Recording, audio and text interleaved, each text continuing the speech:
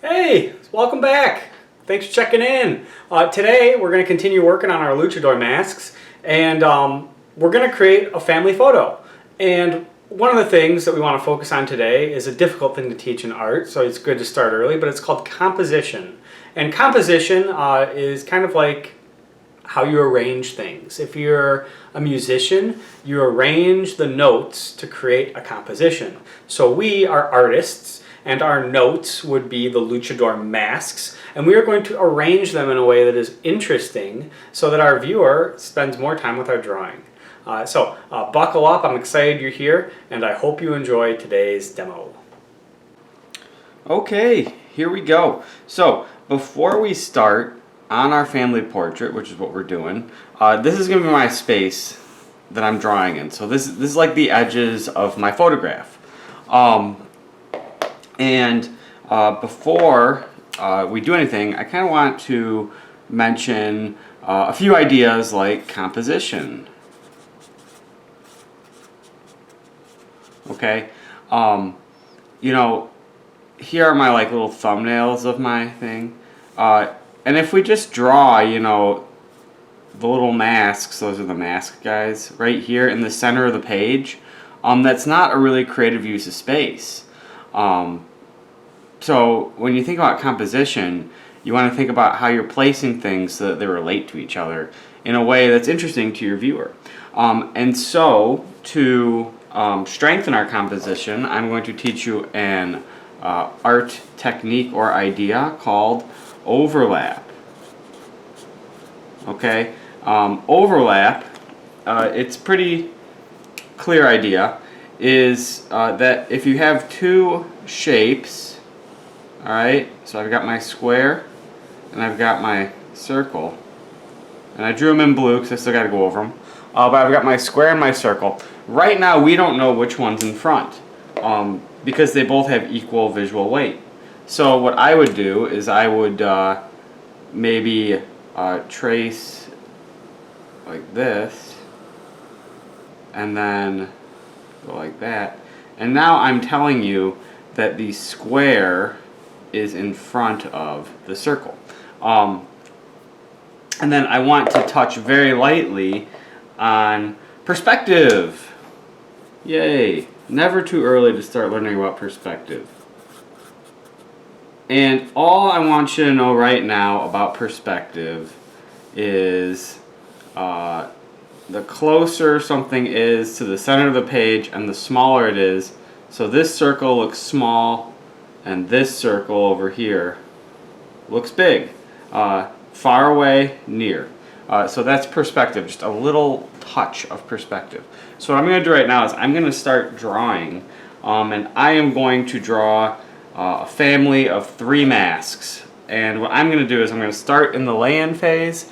I'm going to draw in blue, and that is my light pencil that you can see. For you guys, you don't need to draw in blue, you just draw in light pencil.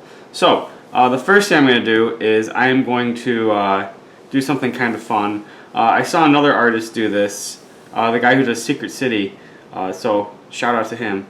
I'm going to draw my first mask way up here in the front and like on a tilt. So here's my line that divides it in half, and I bet the eye line would be like right here. So this mask, it's almost like they're jumping into the picture, which I think is a fun idea. So let's draw the eyes, and you're not going to see the whole mask. You're only going to see the parts that are in the frame, and that's okay. When you do stuff like this, it's like you're telling your viewer, hey, I get it, you're smart enough to figure this out. Or it could be the same idea as like why people like mysteries. You know, like mysteries are cool because you, the viewer, have to kind of figure something out. So again, this is a little bit of a mystery. Why? And it's going to add to the story of our drawing. And it's kind of like the question is, why is this guy all the way up here in the front? So let's knock in some color or some dark lines. There we go. this is where it usually starts to come together when you put these dark lines in. There we go. Got the nose. The other eyebrow. I'm using my whole arm to draw. Moving only my shoulder. So I get these nice smooth lines. If I'm not sure I can get it, I ghost over it once. Kind of like a golfer warming up their swing. Alright, how fun is this? Haha! Alright, yay. So you got the one guy jumping in the front. I guess what I should do next is I should figure out, what's the angle on my camera. So what I'm going to do is I'm going to draw this. This is going to be like my horizon line, so that's where the sky meets the ground. And then let's draw our second mask right here. And it's a little bit smaller, so it's a little bit further back. And let's split it up. Alright, and let's get that eye line in there.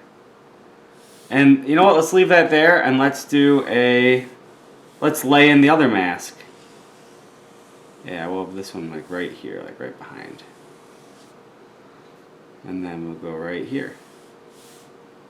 And I know I just drew basic shapes, but I could always punch these into when I go over this, I could go back and give it a more square look, which I think I might do.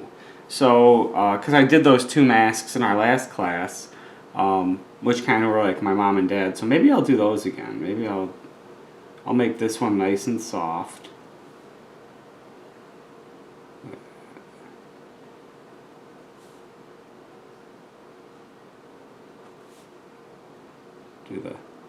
And this time we'll have the heart. I thought so. The thing is, it's kind of cool if you draw things over and over again. This time we'll have the heart kind of come off the mask, so it looks like it's like an add-on almost. It's a pretty kind of neat idea, right?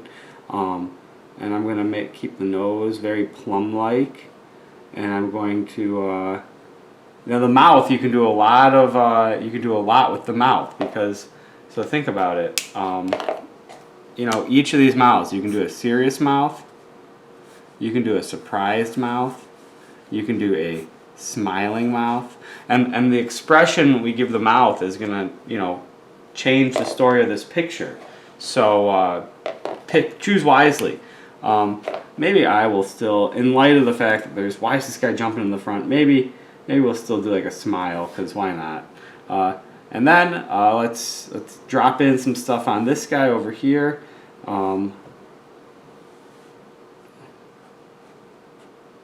Using a new shape over here. It's kind of like a glasses shape. Yeah. A little smear, that's okay.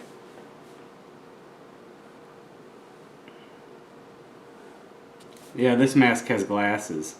And again, these were like kind of ideas that I started to explore on my first drawing, and I'm kind of giving this guy like this, like, are you serious look.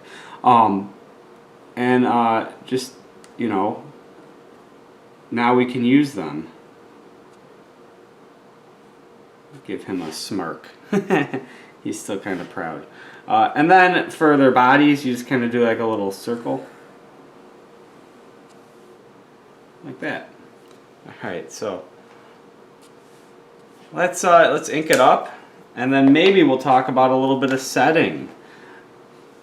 Alright, here we go.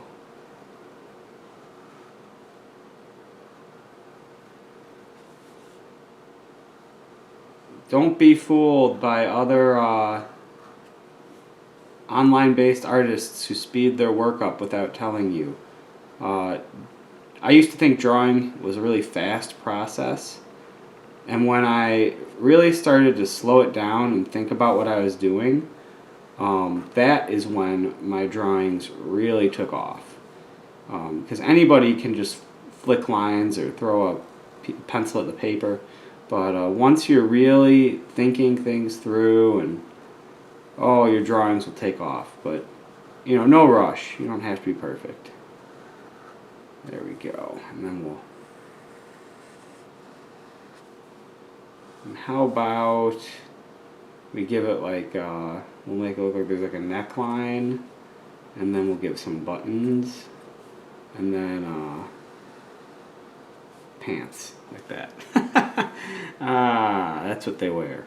Okay, let's do the next one.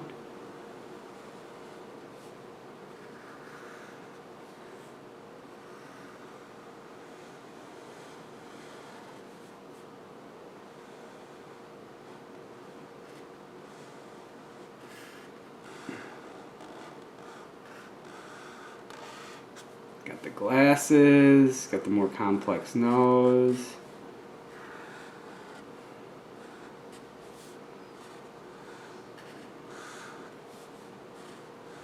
I can feel myself starting to speed up a little bit. I've probably been drawing for a while. Yeah, it's been 10 minutes. I'll wrap this up soon so you guys don't have to watch the world's longest YouTube video. There we go. But as promised, okay, so here's my drawing, woohoo, all done. If I wanted to, I could like add some background, like these mountains, or maybe like a sun in the sky. Background is always great. Maybe a tuft of grass. Maybe it's like a family vacation. They're in a field. Or I could also add color. During our last Google Meet, no, the meet before last, I promised you an Easter egg. Figurative Easter egg. Not a real one. Figurative. Like what you'd see in a movie. Here is your Easter egg. 2 letters to make a rose. The letters I'm going to use are A. Well, actually, I'm going to use the ampersand. Alright, so you got to learn to draw the letter A with an ampersand. And the letter U. Observe. Ampersand. Letter U. Stem. Impress your friends by drawing roses using an ampersand and the letter U. I've even seen students draw vases of roses with this technique. So, thanks for sticking with the tutorial, and have a great day.